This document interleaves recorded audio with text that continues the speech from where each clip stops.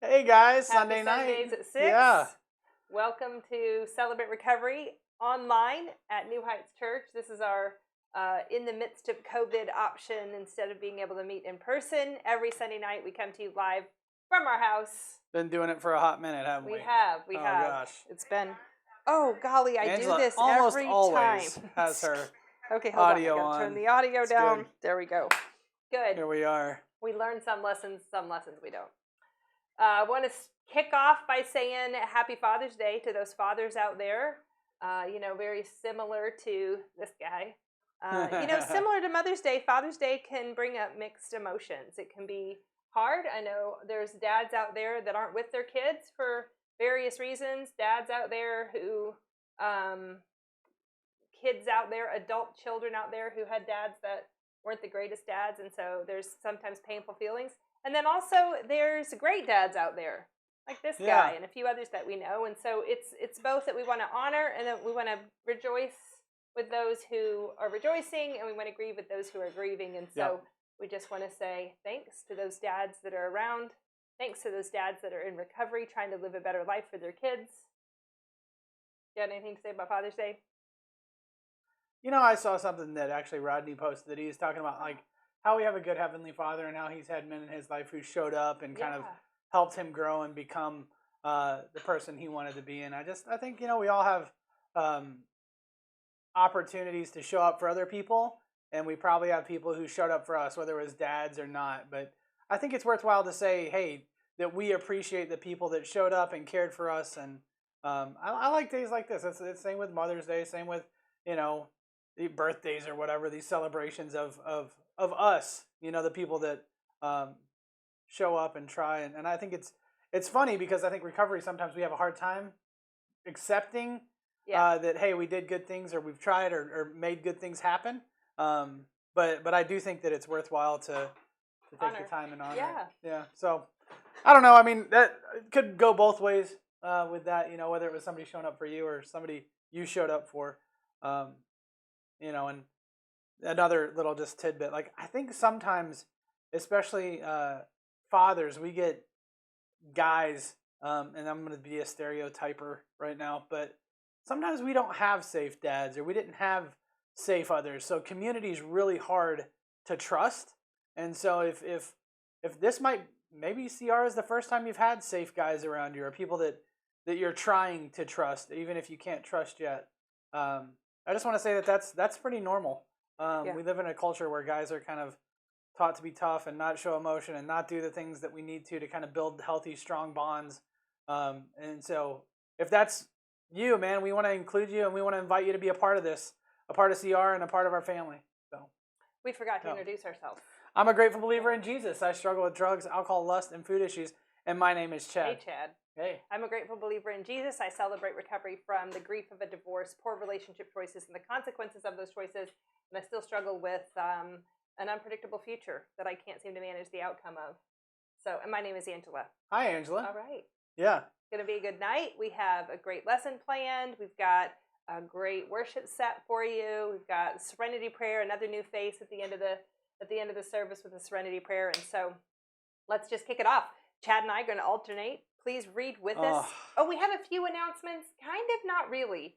No real date on when we're going to meet in person. With the numbers going up in Washington County, the best thing we can do is encourage you to wear a mask in public. That's what we're asking you to do. Remember, if you need prayer, let us know. Also, our response team, our Celebrate Recovery leaders, put together an incredible, what we're calling like a food closet. Not really a food pantry, not really wide open, but we have resources available for people who have been affected by COVID. And so if that's you and you're willing to say, hey, that's me, we would love to get some resources to you. We'd love to pray for you. Please let us know. You can message us. You can post it in our feed. Just another reminder, Facebook is not anonymous. So if you make a comment or click on our link, it will show that you're watching, at least during the live portion. If you'd prefer to watch it anonymously, you can wait till the end of the hour, or we've been trying to do a YouTube link that posts about an hour after the show ends. And so you can look for it both of those ways. And I am recording. I just remembered. Oh, yeah, I did that. It's good. Okay, good. If you're not on our emailing list, please send us or message us your email address. We'd love to include you. And that's where we'll get updates about upcoming step studies when we are going to meet in person, and a weekly encouragement that we send out every week. And so we'd love to include you in that. For sure. So this is the part of our service where me and Angela try to read the 8 principles. You guys, I should add this to my struggles. Okay. Maybe not. I'm going to pull it up. You want to go first?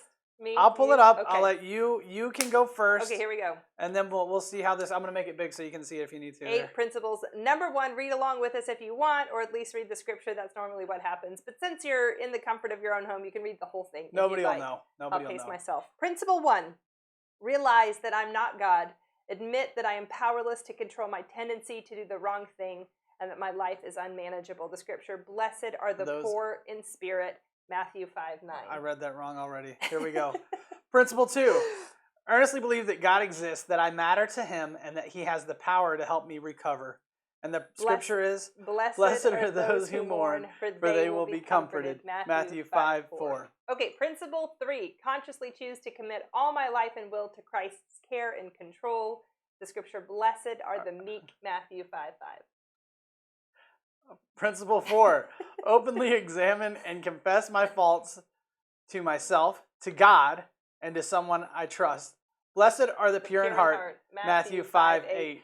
Principle 4 is what our lesson's out of tonight, so we'll get to that a little bit later. I had a couple thoughts about it, but keep going. The lesson or the... Yes. Okay, well, Chad's going to tune in later, as he normally does, with our lesson. Principle 5, rolling right along.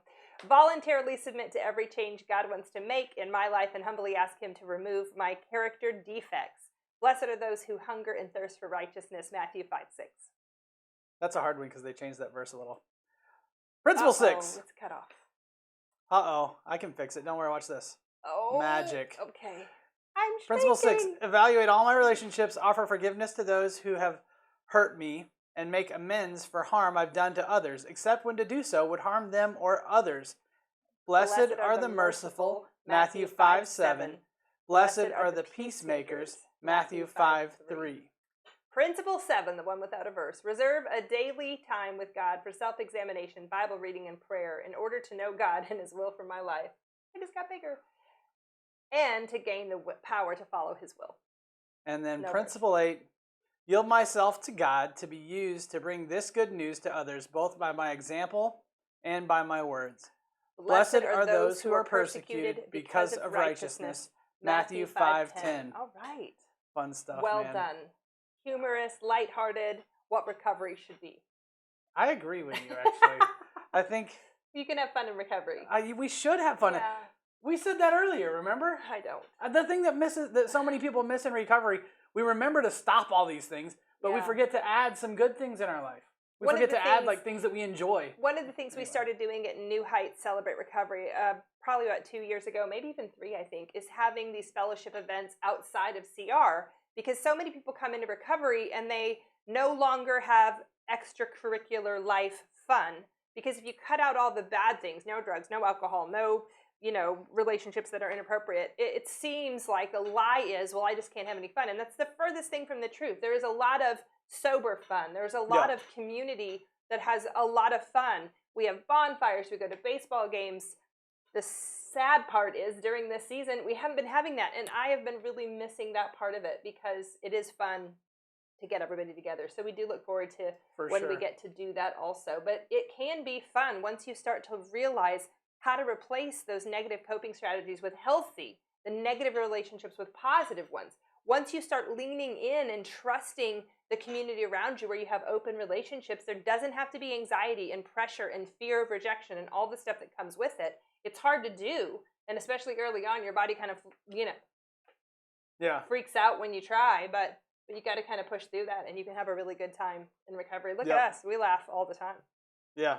Mostly at ourselves. Except when we're not laughing. Then we're crying? No, fighting. I don't know. Fighting, maybe. Oh, I don't know. But all I was saying was, don't forget to add the good. Don't forget to add the things that you like, that you enjoy, that kind of feed you. So often recovery gets kind of like this bad rap, I think, is, these people that are just cutting everything out of their life. I mean, there are things we should cut out of our lives. Don't get me wrong. The unhealthy things.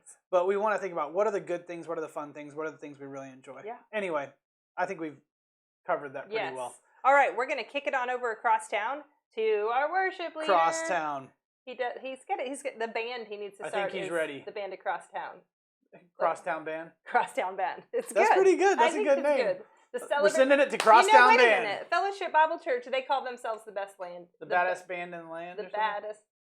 It sounded like you said a cuss word. Baddest. Baddest isn't a word. Most baddest. I don't know. I don't know. Well, somebody can put it in the comments. Somebody tell us. We're going to send it to Justin. I'm doing it right now. The I'm most cutting this dangerous off. band in the land. Oh. At any rate, we're cutting it across to the Crosstown Hi, Band. here to Justin.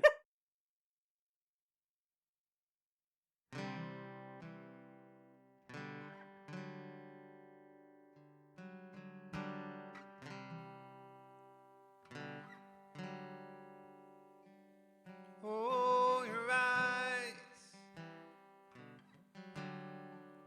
Oh, your eyes.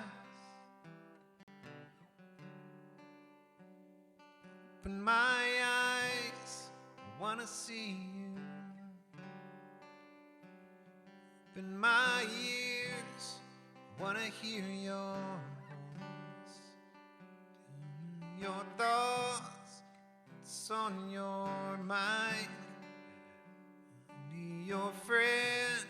I want to see through your eyes. I want to see through your eyes.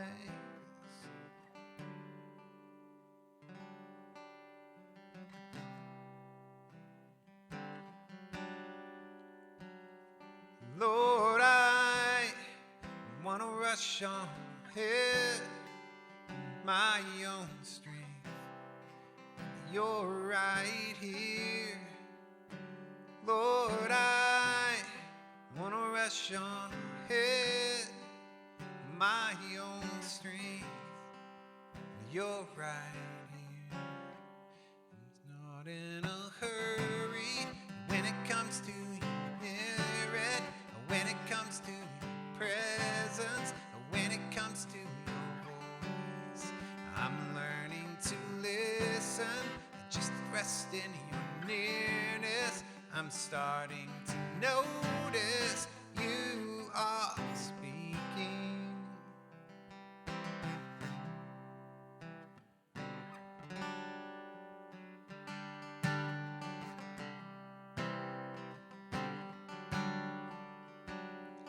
Lord, I want to love like you. I want to feel what you feel. I want to see what you see. Lord, I want to love like you. I want to feel what you feel. I want to see what you see. 'Cause I'm not in a hurry when it comes to your spirit, when it comes to your presence, when it comes to your voice.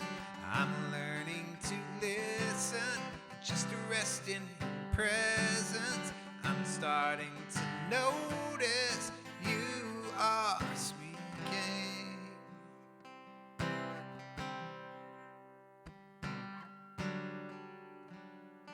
Oh, your eyes. And open my eyes. I want to see you. And open my ears. I want to hear your voice.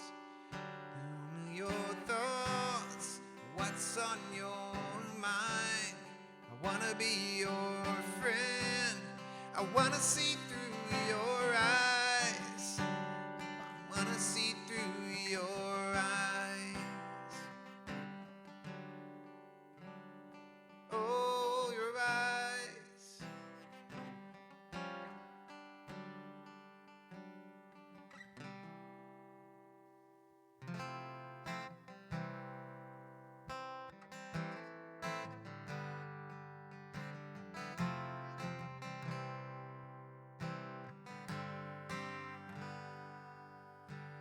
Presence is all I am longing for, here in the secret place.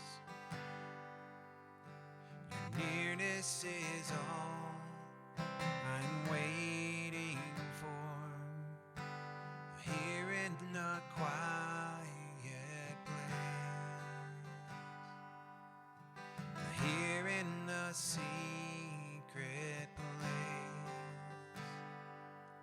My soul waits for you alone, like the watchmen watch for dawn. Here I finally found my place, where we'll meet, Lord, face to face. I finally found where I belong. I finally found where I belong. In your presence, I finally found where I belong. It's to be with you, to be with you. I finally found where I belong. I finally found where I belong. In your presence, I finally found where I belong. It's to be with you. Your presence is all I am longing for, here in a secret place. Your nearness is all I am waiting for, here in a quiet place, here in a secret place. My soul waits for you alone, like the watchmen wait for dawn. My soul only found a place where we'll meet, Lord, face to face. I finally found where I belong. I finally found where I belong. In your presence, I finally found where I belong. Lord, to be with you, to be with you. I finally found where I belong. Lord, I finally found where I belong. In your presence, I finally found where I belong. Yeah, it's to be with you. I am my beloved's and he is mine. So come into your garden, take delight in me. Just take delight in me. And I am my beloved's and he is mine. So come into your garden and take delight in me. Take delight in me. Here in your presence, God, I find my rest. Here in your presence, God. Here in your presence, God, I find my rest. And here in your presence, God.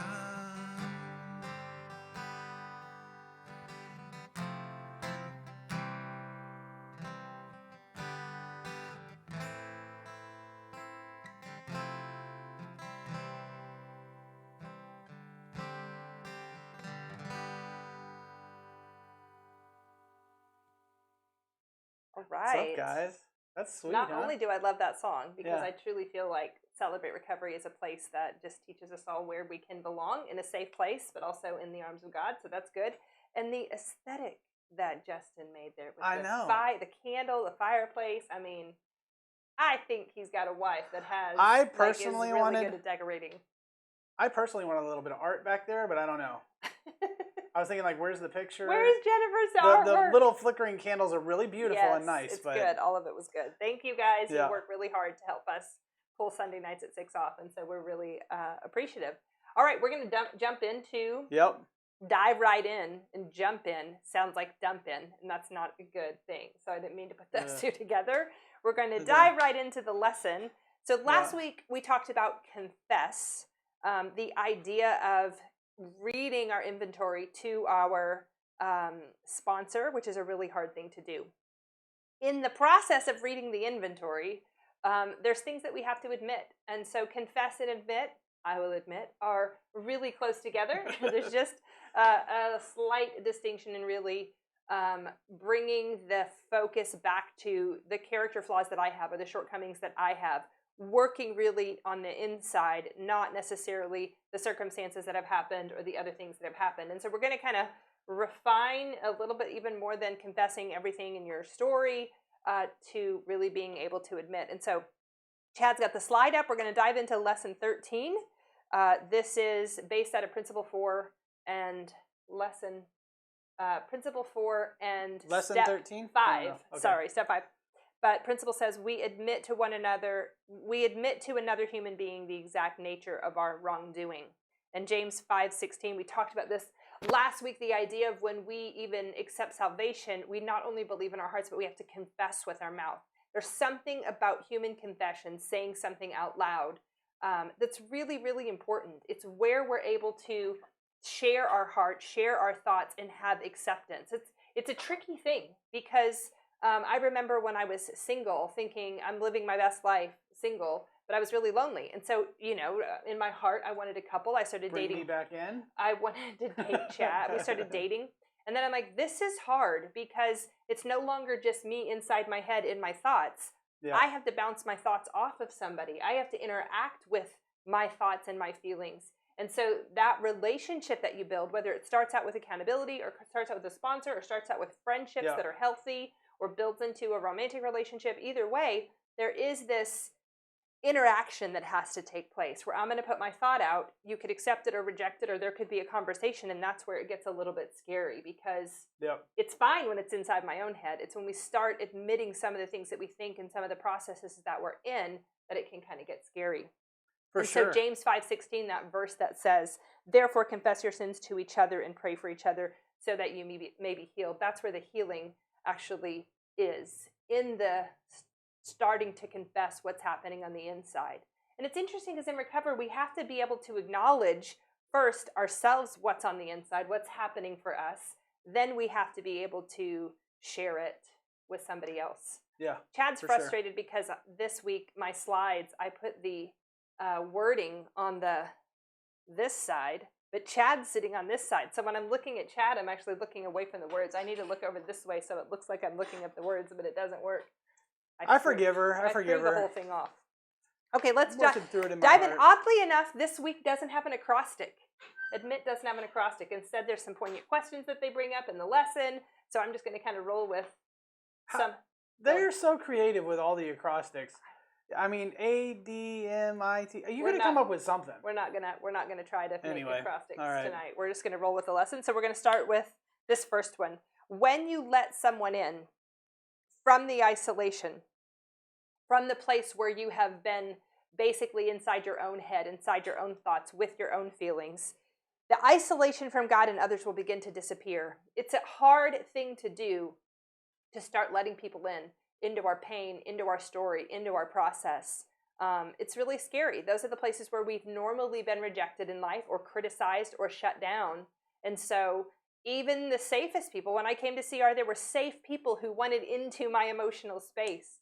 And that's really intimidating. And so it's hard. But the reality is loneliness is a choice we make out of protection because intimacy is so scary. And I hear a lot of people say it is lonely. That's the choice we make. That protection actually kind of keeps us safe. But when we stay there too long, it's really, really lonely. And so then there becomes this balance of, can I put myself out there because I don't want to be lonely anymore? You want to add anything to that? Well, I mean, I'm sitting over here going, it's funny. I'll say funny. Maybe funny is the wrong word. Yeah, no, I don't know. Ironic, maybe that's the right word. But it's like we kind of, when you get into relationship, and I think a lot of us can attest, like you get into a relationship and it's like, oh my gosh, I just want my freedom and want to do what I want. And when things kind of get rough. But man, I don't know of very many things that are worse than like loneliness. Like lonely for years on end. Yeah. Right. I know I've heard people say, "Oh, lonely in a relationship is harder," but man, I know times when I was living on my own or doing my own thing where it's hard. Yeah. To be single and kind of struggling and not have that other person. I mean, that's a tough place to be, and it's normally from protection, like you said. Yeah, because it seems safer than letting somebody into that intimate space. But I do want to say we have some incredible leaders at our Celebrate Recovery who are single, who live a life of being single, who are really, really plugged into recovery and are not lonely. They have great friendships. They have close friendships. Yeah. There are men. I think of some of our leaders who are males, and they make an intentional effort to plug in, to go to meetings, to lead, to have sponsees, to check in with people. I think of some of the females that we have that are single. They make an intentional effort to plug into community, and it's not always easy. And I'll in my mind, I can hear their voices as their journey went through about how hard it was to push in. Yeah. I don't think they'd mind if I called them out. So that I'm talking to you, Dana and Lisa. You are two of our leaders who would be able to admit that you had to make intentional choices, but the response of those choices was community that loves you and embraces you, and therefore you're not alone. So it's easy for me to say, oh, I have Chad and we're in this together, but I was single in recovery for 4 years before I met Chad, and I had to make an intentional effort of choosing community and choosing to push into those relationships. Yeah. And when I did, it actually is what made this relationship work better, because I had built tools of letting people into that space that was really hard. And so that's an important part of this process. Okay, let's go to the next one. Forgiveness is two-sided. And so part of admitting is when we admit our character flaws in our part, and when we acknowledge what we need forgiveness from, we can accept Christ's work on the cross for our sins. Then it allows us to have more empathy for others, especially people who have hurt us. We're able to forgive others better. Offense and blame are things we hold on to, thinking that we're punishing our wrongdoers. The misconception about forgiveness is that if I forgive somebody who has hurt me, then I'm letting them off the hook. And that's not true. The reality is, if I forgive somebody who has hurt me, I'm letting myself off the hook. And I'm not letting that wound continue to define who I am. And so there's freedom not only in me embracing my part of my life or circumstances or the things that I've done wrong, accepting forgiveness from God, but when I do that, then I'm able to pour out forgiveness to other people. And that's where I'm a lighter person. I have more peace in my heart. It doesn't mean that there aren't consequences for the person who maybe has hurt me, or if there's been an offender in your life. Or it doesn't mean you don't have to set a boundary to somebody who doesn't need to still be in your life if they've done something to you. But to be able to forgive an offense means you have openness. You're not having to hold on to that pain continually for some sort of grudge reason that doesn't pay off. It's a misconception in our brain. Well, I mean, I'll jump in. I don't want to miss if you want to say something. I mean, I just was thinking, that so often the thing that keeps people really, really stuck, they can do a lot of the behavioral stuff, but it's these forgiveness or kind of these wounds that that just haunt, and I think sometimes it's easier to kind of say, I know all the bad things I've done, and just kind of throw ourselves kind of down and say, okay, I'm desperate, I just need something, and I think it's hard to take in the forgiveness. Yeah. The forgiveness of our own sins and the forgiveness of even ongoing humanity, silly little things. I get frustrated or angry, or we kind of get into a bad spot each between us, or whatever the thing. It's hard for me to give myself grace around that.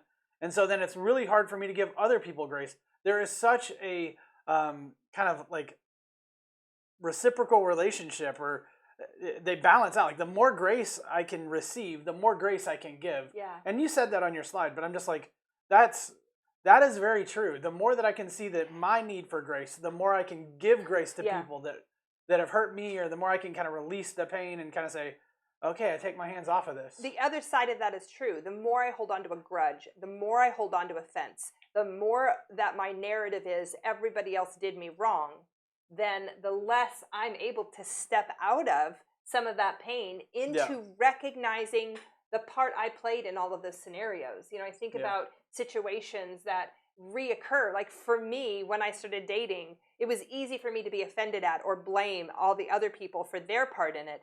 At some point, I had to recognize my reactivity, my responses to it, my inability to push into the harder places. When I was able to recognize mine, it was able to shift in my relationships, and I started to see the outcome of things change, because it wasn't always here it is again, this is happening to me again. It was wait a minute, this is different, and I want to give this a chance so that it can be something different. And I've got to push in to not make this look the same every single time. It's a hard thing to do. No, for sure. And even when we were dating early on, I was like, hey, P.S., I'm starting to acknowledge the part where I freak out when we get too close. And so this is what I've been able to, through inventory at Celebrate Recovery, through processing with a therapist, be able to go, this is what my sabotage looks like. This is where I shoot myself in the foot. This is where I start to make these choices and the relationship after that falls apart. And I want you to be aware of that because I want this to work, but it's going to be really hard for us to work. Yeah. You remember For us sure. having that conversation? Yeah. You know, and I'm going to pull this back up real quick. Okay. But it's that eighth, it's the one I was thinking you were like, you would kind of laugh. Yeah. But I have to admit to myself, to God, and to someone I trust, there's 3 parts there. You've got to say, okay, to myself, can I look at myself and say, these are the things, these are the places where I've gotten it wrong?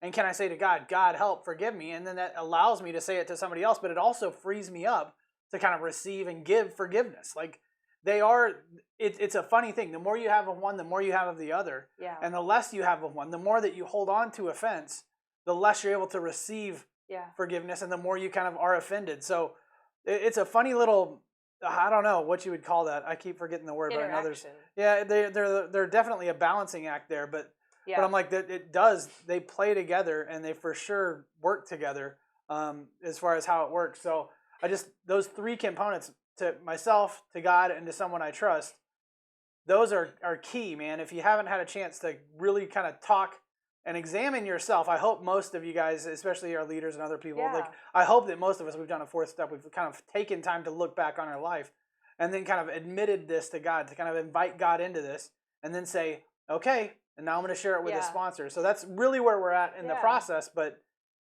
we've got to be able to do that, and it's really for us. Right? Forgiveness, and Angela said this earlier, it is for us. It lightens the load. It lets us go kind of have freedom. It takes all this kind of nasty stuff off of our own chest. I want to take it off just also. We're in a marriage. We're in a romantic relationship. This is different. And so I want to put it back to, because it's both and. If you have a safe marriage, great. Let's say you don't, and you're in a situation where you need to find that close relationship and that trust that you're building with someone else. And so I can think back to, again, before I even met you, and I had a leader who really cared about me, who pushed in. And it was really hard for me because I thought, oh my goodness, what she's saying to me, it's landing like I'm getting it wrong. This is just a pattern that I hear myself, like, I'm going to let you down, so I might as well just get out of this. Yeah. And she really pushed me, and she said, listen, I care for you, and I want this relationship to work. If you let me in and can trust that I'm walking with you in this, this can look a little bit different.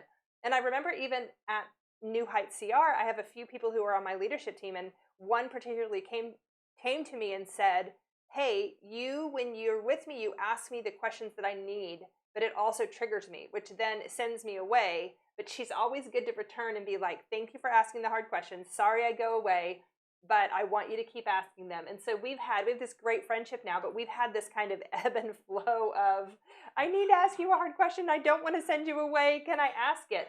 That's what healthy relationship looks like. That's why I love Forever Family. There are times when people will come in and say, so-and-so triggered me in Step Study, or this happened to me in Open Share, or when I get around this person, I don't know. And I'm like, it's good that those things are happening, because those things, those triggers, those rubs with people who are different than us in our community are usually what send us away, what shut us down, what trigger us.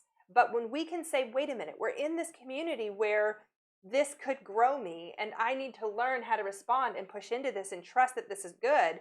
And then I see this bond happen between 2 people who had a repair conversation, who had a healing conversation, and it's incredible to watch it kind of grow. And I've gotten to be in some of those conversations too, where I'm like, look, we've got to work through this in order for it to work. But once we do and we figure it out, we move forward and we're both healthier. And so that admitting part is really hard, because everything in our body says, this is scary, this is unsafe, don't do this, don't address it, don't confront it, don't do all the things. And not doing it keeps us stuck, keeps us in this pattern of not being able to work through what's happening. Okay, let's go to the next one, which is we step out of denial and into wholehearted life. The denial is, I'm fine on my own. I don't need to process this.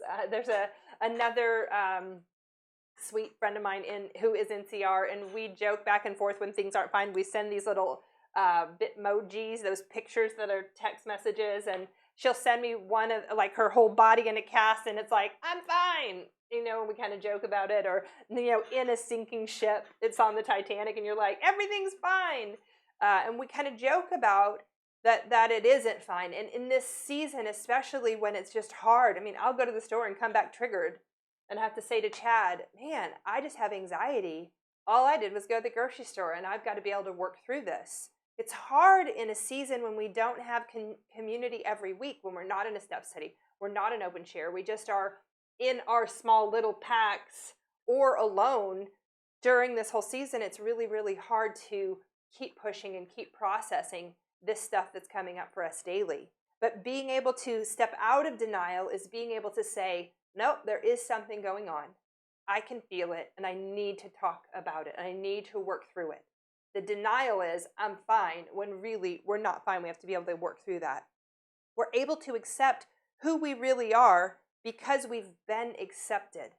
So in that place where we're not okay, to be able to say, man, I'm just not okay right now, and have somebody go, okay, let's talk about, that's okay. That's where we need to work. That's what we need to share with each other. The places where I'm not okay, I bring to a sponsor and I say, these are the areas in my life when I'm not okay. And my sponsor can go, let's talk about what happens for you? What leads you to your not okayness? What triggers you? And then how do you kind of get back out of it? Yeah, I mean that's great. I can't accept who I really am if I don't really know me. Yeah. That's what you're saying. I mean, like, we have to have a place, and that's the other thing. This isn't just a recovery thought. Like, this is like this is how this works. Yeah. It's not a question of, like, for me anyway. I'm not like over here going, oh gosh, this is so good for recovery. In my head, I'm going, this is life. Yeah. I mean, if you don't find ways to get people engaged with you, and you don't find ways to examine yourself, then you stay bitter, and you have to go find things to kind of make you feel okay. And that sucks. I mean, that doesn't ever work. Yeah. And so we've got to find ways to kind of include people and engage with people and kind of admit what we've got going on and kind of just do things differently. Yeah.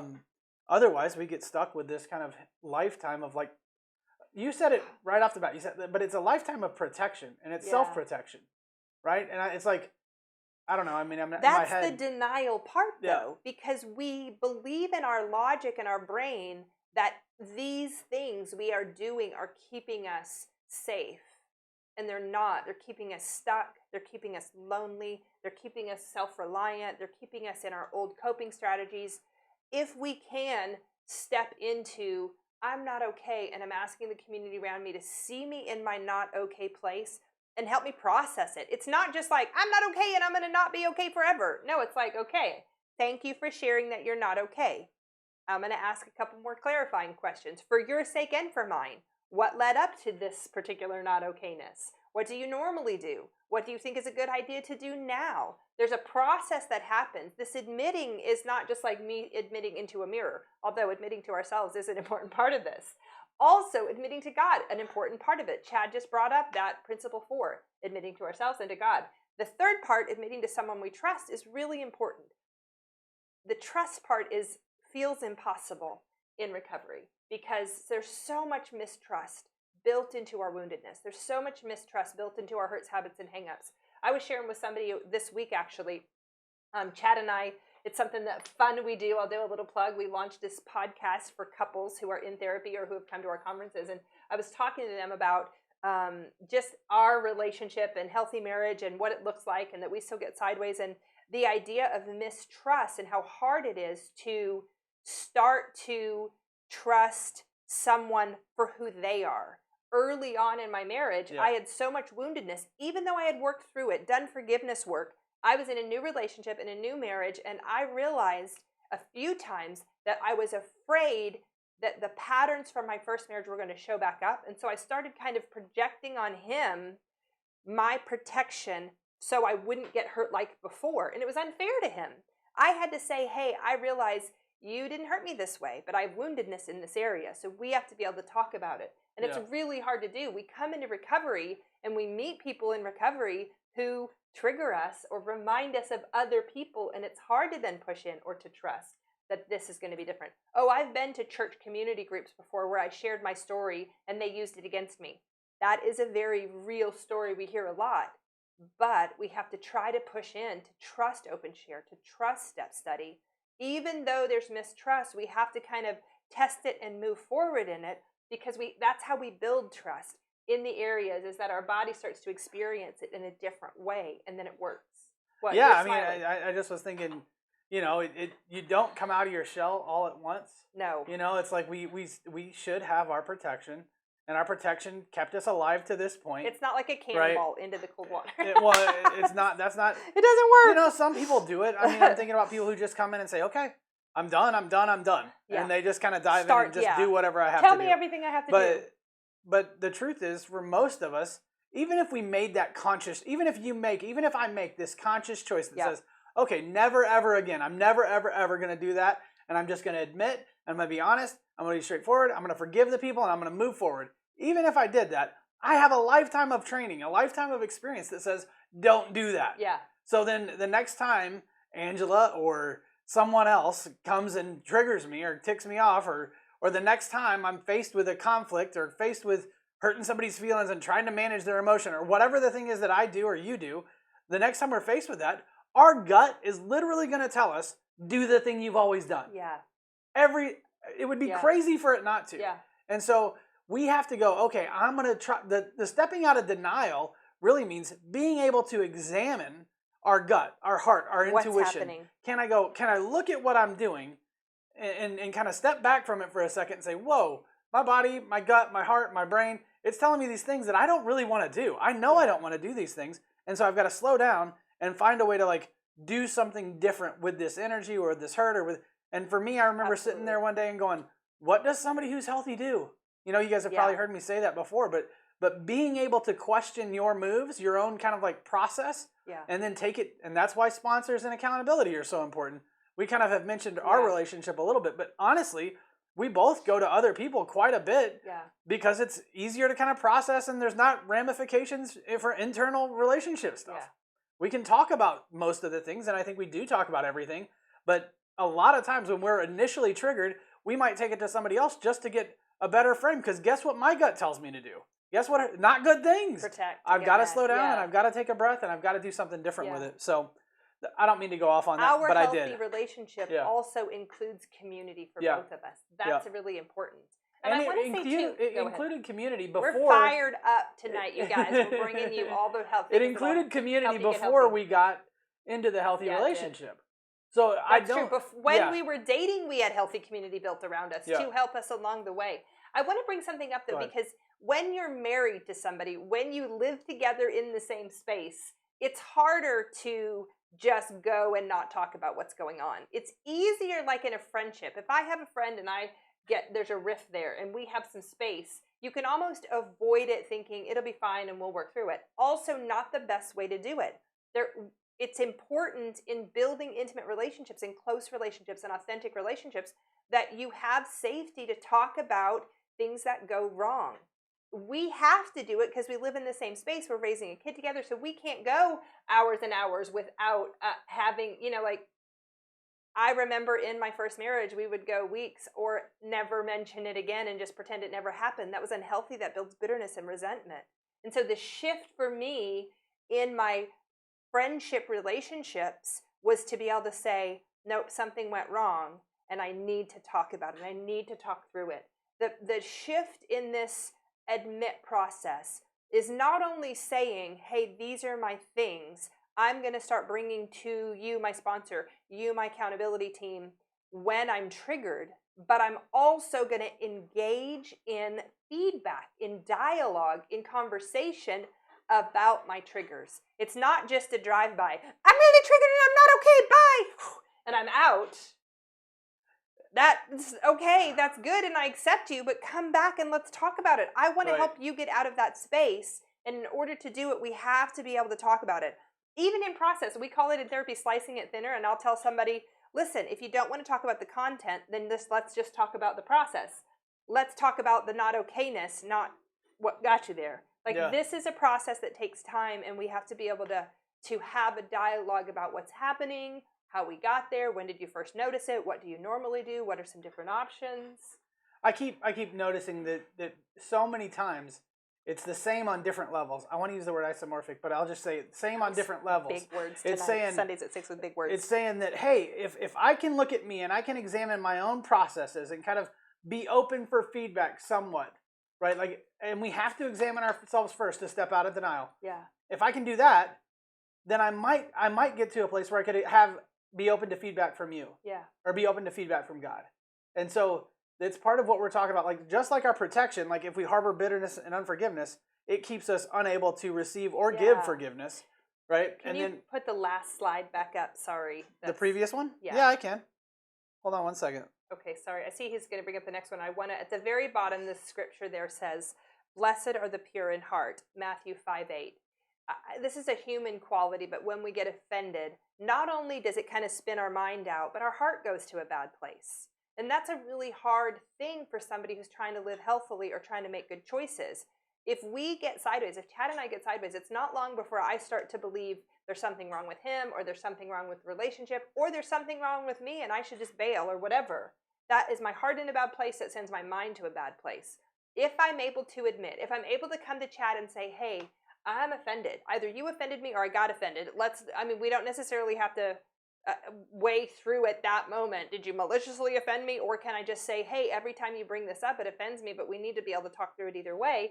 If my heart is in a bad place, I'm in a bad place. And so the idea of working through these tricky places means we can open up space in our heart for health. Blessed are the pure in heart. Happy is another way that is worded in other passages. Somebody who has an open heart that's not bitter and resentful and tainted with offense is able to move forward with healthier living. Yeah. Okay, let's go to the next one. Here is what we gain in the admit process. Just a quick recap. We gain healing. We gain... Is that the fire alarm? Yeah, but don't worry, it's just Mom opened the oven door. Okay. Someone's cooking in our kitchen and now the fire alarm is going off. We could go out that window if we needed to. We're going to keep pretty far fall. We're going to keep on plugging away. We gain healing. I'm nervous now. I need to get through this slide. We gain They'll healing. probably tell us. We gain freedom, and we gain authentic community. And I want to say, obviously, I am a fan of our Celebrate Recovery at New Heights. We have an incredible Forever family. We have an incredible community. It didn't just happen. We work on it. The people who come week in and week out work on it. Everybody has tremendous courage to share their stuff.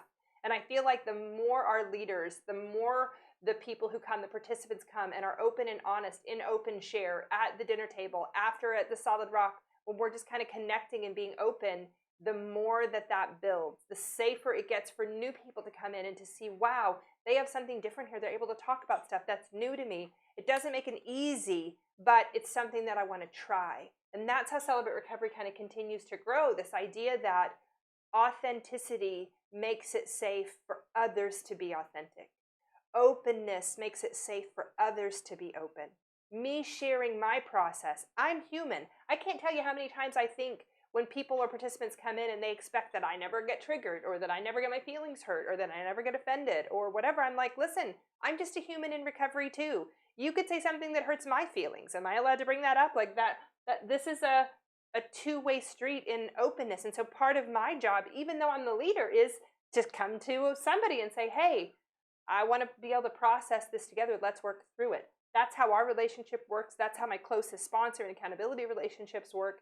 And when we're able to have those conversations where we overcome conflict, that is when the relationship gets stronger and stronger and stronger. Because where you build conflict, your body decreases the mistrust. The mistrust is, if we have conflict, the relationship will end. But if I can push through the conflict and get to the other side of it, then my body goes, oh, I can trust that this relationship will still be here, even if there's a little bit of conflict. We'll just have to work through it. That's good. That's great. So I remembered, before we move on, I want to read. You don't have to go back to the other one, but there was a little slide, and I want to read this. As you guys know, I use the Celebrate Recovery Bible on a pretty regular basis.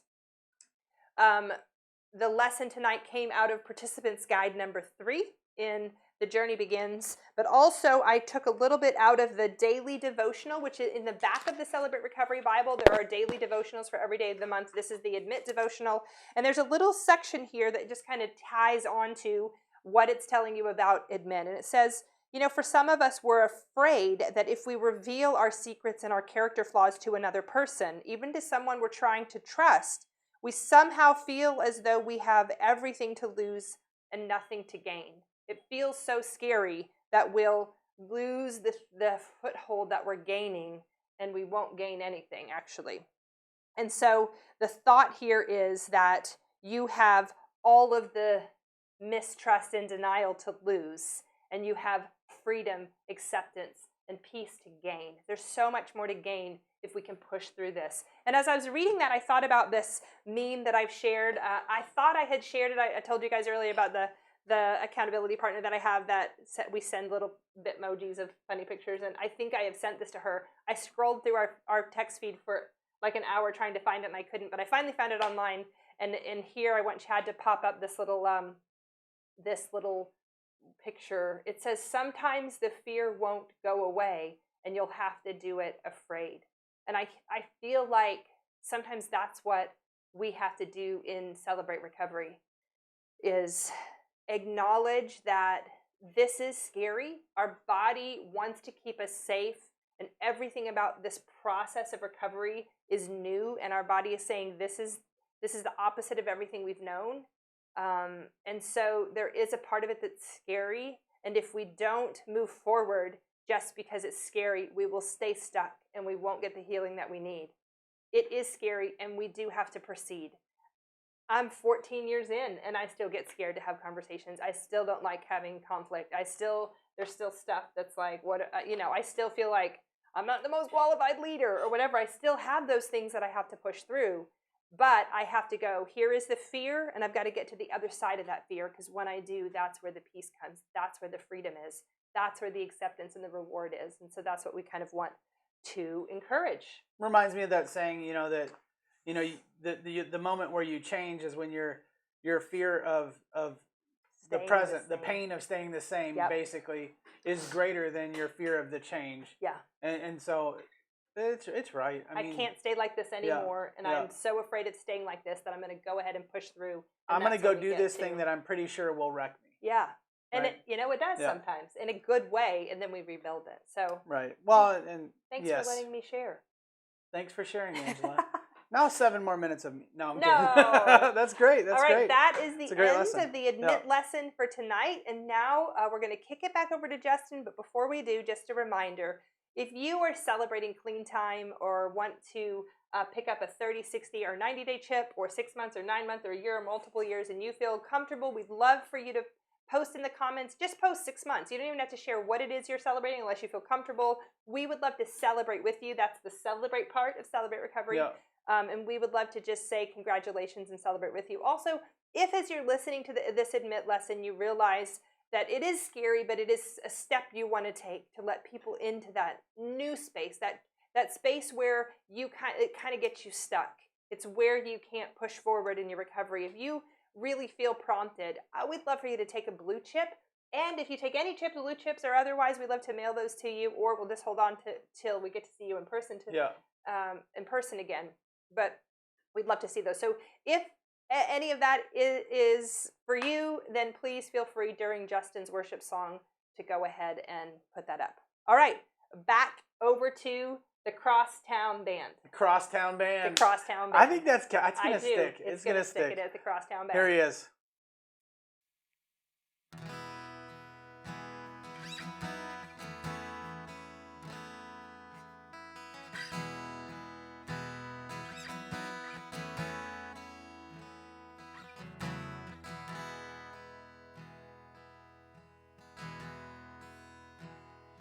Once was lost, walked away.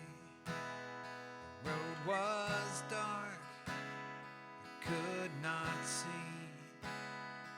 Hope was gone, the pain was real, but your mercy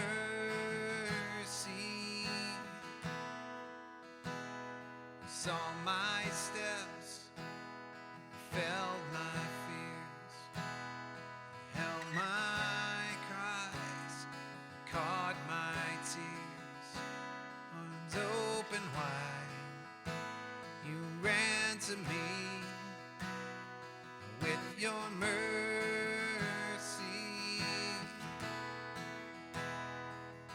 your mercy, your mercy. I stand before my King and bow my heart to sing. You saved me, you raised me, you died so I could live. No greater love than it's your mercy. Gave me life beyond the grave. My deepest shame is cast away. Sing a song that covers me. It's your mercy. Your mercy, your mercy. I stand before my King and bow my heart to sing. You saved me, you raised me, you died so I could live. No greater love than this, your mercy, your mercy.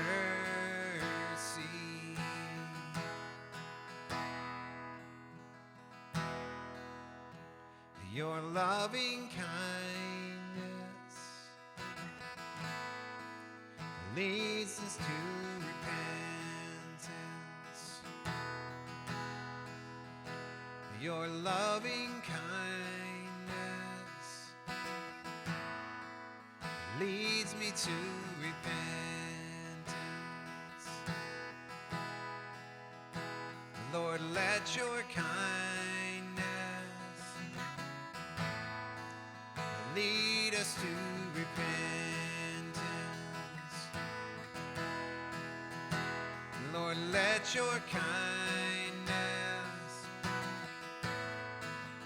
lead us to repentance.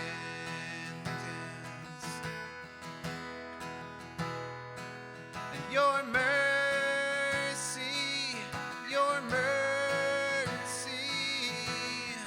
I stand before my King and bow my heart to sing. You saved me, you raised me, you died so I could live. No greater love than this, your mercy, your mercy. I stand before my King and bow my heart to sing. You saved me, you raised me, you died so I could live. No greater love than this, your mercy, your mercy.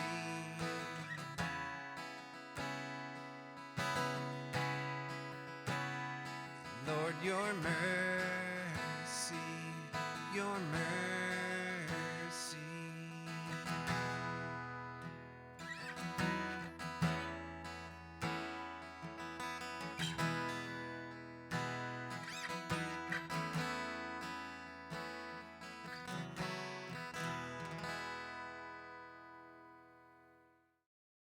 Yes. Thanks, Justin. He Crosstown Band. Crosstown Band. Justin, starring Justin Vaughn. He's the leader.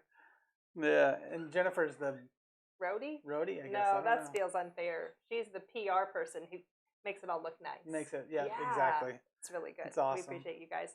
And All we right. appreciate y'all. We have had fun with the Serenity Prayer too, because we've been asking different people from CR at New Heights to do it, and they're brave enough to put their faces out there because this isn't always anonymous. And so we're going to kick it over to another new face this week.